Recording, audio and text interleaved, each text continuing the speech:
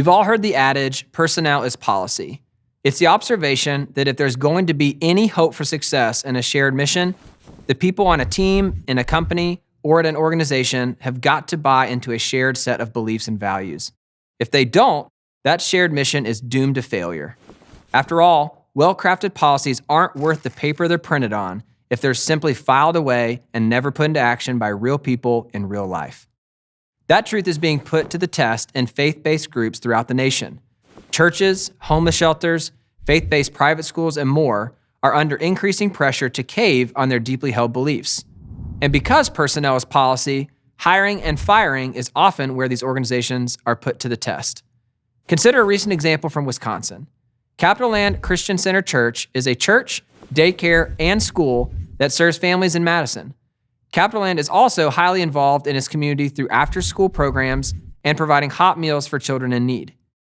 Each and every employee and volunteer at Capitoland, from the pastor to the cooks, sign on to a statement of faith when they first join the team. The statement includes agreeing in writing to honor Christian teaching on marriage by refraining from cohabitation with members of the opposite gender outside of marriage. That's why Capitoland's daycare supervisor was surprised when a staff member asked her if she could bring her boyfriend she had been living with to an upcoming Christmas party. After a brief conversation where the staff member told her the couple was, quote, pretty much married, her supervisor checked in for advice from the pastor who oversees the daycare. Together, they agreed for the supervisor to follow up with the staff member and get a better understanding of her living situation. The possibility of firing her for non-compliance to the statement of faith never came up during the conversation. Their goal was simply for everyone involved to best live according to their shared commitment. So, a few weeks after the Christmas party, the supervisor pulled her aside at the end of a shift. But the conversation had hardly begun when the staff member said she was quitting.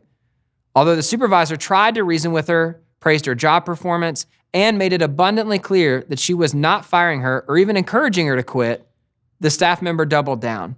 She was quitting, and she did not want to talk about it anymore. But that's not the end of the story. Soon after, the ex-staff member's lawyer filed a complaint against Capitoland, claiming that she was forced out of her position because of her marital status. Capitoland turned to Alliance Defending Freedom for help. An investigation by the Madison Equal Opportunities Commission cleared the church of any wrongdoing, and 2 courts, including the Wisconsin Court of Appeals, upheld that ruling. That's a significant victory for freedom, not just for Capitoland, but for all Americans. Imagine a Jewish day school being punished for asking their employees to abide by Jewish teachings, or PETA being threatened with a lawsuit for asking its employees not to hunt on the weekends. That strikes at the very heart of the First Amendment's guarantees. Unfortunately, the same threat Capitoland faced in this case is playing itself out in similar settings with 2 more Alliance Defending Freedom clients. The U.S. Supreme Court recently passed up a chance to rule on a case involving Gordon College in Massachusetts after lower courts denied Gordon's ability to make hiring decisions in keeping with its biblically based views. The same goes for Seattle's Union Gospel Mission, a highly effective outreach to homeless men and women that a state court held must either change the way it serves vulnerable men, women, and children or violate its Christian faith. The mission had declined to hire a job candidate whose stated goal was to change its Christian beliefs from within the organization. But rather than uphold the mission's freedom, the court allowed the job candidate's case to go forward. Meanwhile, a bill that House Speaker Nancy Pelosi has long regarded as a priority, the so-called Equality Act, would seriously undermine the freedom of churches, schools, and ministries to make employment decisions consistent with their religious beliefs. Churches and religious organizations have the First Amendment right to hire those who share their beliefs without fear of punishment.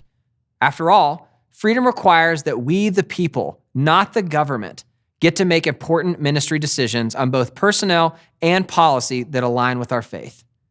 You can find more videos like this at adflegal.org/freedom matters. You can also subscribe to this channel on YouTube, and don't forget to click the notification bell so you never miss an episode.